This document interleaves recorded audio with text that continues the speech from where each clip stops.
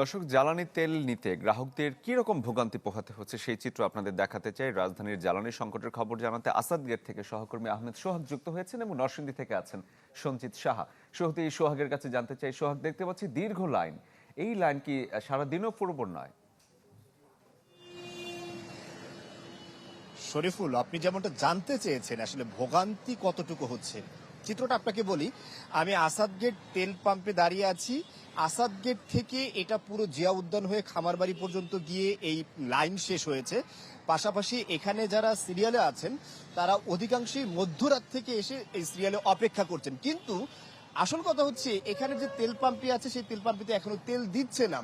তারা জানিয়েছেন যে এখানে তেল পাম্পে তেল আসবে হচ্ছে বিকেল 5টা বাজে, তারপর এটা আনলোড করা হবে।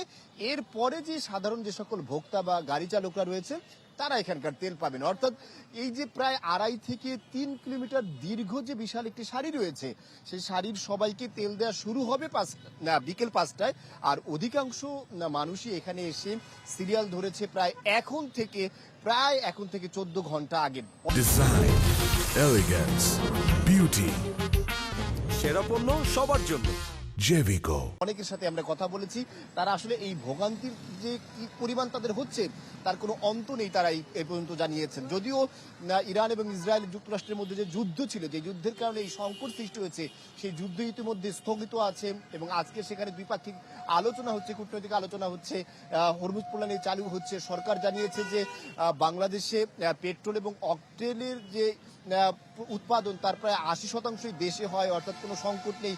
যদিও একদম সেই সংকটের শুরু থেকেই সরকার জানিয়েছিল যে এপ্রিল মাস পর্যন্ত বাংলাদেশে কোনো ধরনের সংকট হবে না, তারপরে যে সেই চিত্র বলছে যে ভোগান্তি কিছুতেই শেষ হচ্ছে না। এবং সাধারণ মানুষকে তারা জানিয়েছেন যে আসলে এভাবে তাদের যে জীবন ব্যবস্থা সেটা আসলে চলাটা তাদের জন্য অনেকটা মুশকিল হয়ে পড়েছে। এমত অবস্থায় আসলে এই ভোগান্তি কবে শেষ হবে সেটাও কিন্তু আসলে যারা ভোক্তা সাধারণ রয়েছেন তারা আসলে নিশ্চিতভাবে বলতে পারছেন না এবং পাম্প মালিকরাও বলতে পারছেন না।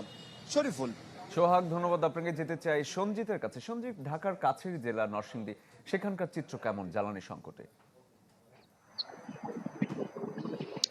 শরীফ, জ্বালানি তেলের যে সংকট সেটা যেন পিছুই ছাড়ছে না, এবং জ্বালানি তেলের সত্যিকার অর্থে যে অবস্থান রয়েছে তার থেকে কিন্তু সবচেয়ে বড় যে বিষয়টি হচ্ছে কৃত্রিম মজুদের একটা প্রবণতা দেখতে পেয়েছি, যার কারণে কিন্তু এই তৈল সংকটটা আরো বেশি তীব্র এবং বৃদ্ধি পেয়েছে। এবং আমি যে পাম্পটিতে দাঁড়িয়ে আছি এই পাম্পটিতে কিন্তু এখন মোটরসাইকেলের যে সারি বা গাড়ির যানবাহনের যে সারি রয়েছে সেটা কিন্তু এখান থেকে প্রায় 1 কিলোমিটার দূরে চলে গেছে।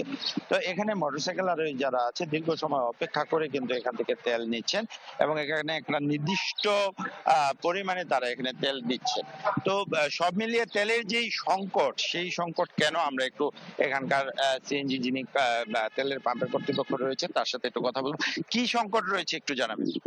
আমাদের সরকার থেকে ডিপো থেকে পর্যাপ্ত তেল দিচ্ছে, গত বছর যা পাইতেছি এখনো তাই পাইতেছি, কিন্তু মাঠ পর্যায়ে ভোক্তা পর্যায়ে আমাদের তেলের কৃত্রিম সংকট।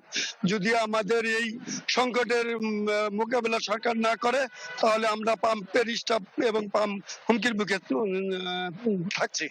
এই বলে আমার 24 কে ধন্যবাদ। আসলে মূলত যে বিষয়টা, তেলের সরবরাহ পাচ্ছেন কিন্তু তেল আসলে অতিরিক্ত তেল কেনা এবং নেয়ার একটা প্রবণতা দেখা দিয়েছে। আমরা এখানে এসেও দেখতে পেয়েছি প্রত্যেকটা মোটরসাইকেলে যেখানে 500 টাকা বা অনেকের টাঙ্কিতে তেল রয়েছে, কিন্তু তারা কিন্তু পুনরায় এই তেল নেওয়ার জন্য কিন্তু এখানে আসছে, যার কারণে এই তেলের যে সংকট সেই সংকটটা সৃষ্টি হচ্ছে। তবে সব মিলিয়ে যে বিষয়টা বলতে চাই, আসলে সার্বিক অবস্থা থেকে তেলের সংকট না কমলে এর প্রভাব বিস্তৃতভাবে পড়বে। তো এই ছিল সর্বশেষ অবস্থা। শরীর, সঞ্জিত, ধন্যবাদ আপনাকে। দর্শক, ঢাকা শহর, ঢাকার বাইরে জ্বালানি সংকটের চিত্র দেখাচ্ছিলাম আপনাদের।